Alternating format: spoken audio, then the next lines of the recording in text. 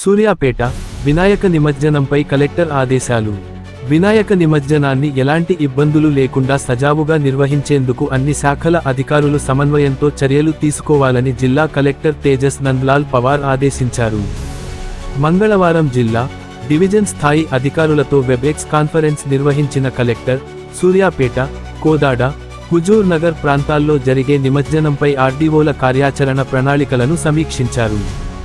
నిమజ్జన ఘాట్ల వద్ద బారికేడ్లు, గజ ఈతగాళ్లను సిద్ధంగా ఉంచడం, తగినంత లైటింగ్, హెల్త్ క్యాంపులు, హెల్ప్ డెస్కులు, అంబులెన్స్లు, ఫైర్ ఇంజిన్లు, పబ్లిక్ అడ్రస్ సిస్టంలు, కంట్రోల్ రూమ్లను ఏర్పాటు చేయాలని సూచించారు.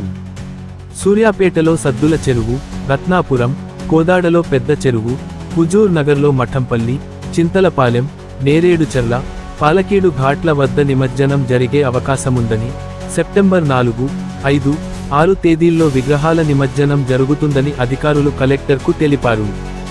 స్పష్టమైన తేదీలను సంబంధిత సంఘాల ద్వారా సేకరించి దానికి తగ్గట్టుగా ఏర్పాట్లు పూర్తి చేయాలని ఆయన ఆదేశించారు.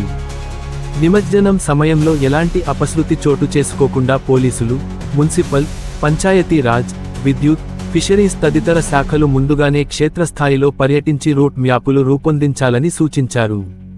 నిమజ్జనం రోజున ట్రాఫిక్ దారి మళ్లింపుపై ప్రజలకు ముందే అవగాహన కల్పించేందుకు ప్రెస్ నోట్ జారీ చేయాలని, బెల్ట్ షాపులు మూసివేసి మద్యం విక్రయాలు నిలిపివేయాలని ఎక్సైజ్ అధికారులకు కలెక్టర్ ఆదేశించారు. జిల్లా ఎస్పీ కె. నరసింహ మాట్లాడుతూ, అన్ని శాఖల సమన్వయంతో పోలీసు అధికారులు బందోబస్తు ఏర్పాట్లు పూర్తి చేస్తారని తెలిపారు.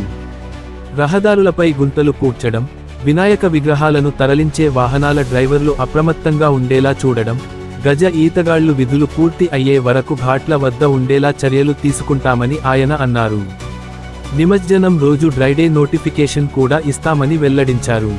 ఈ సమావేశంలో ఆర్డీఓలు, వైద్య ఆరోగ్య, మత్స్య, విద్యుత్ తదితర శాఖల అధికారులు పాల్గొన్నారు.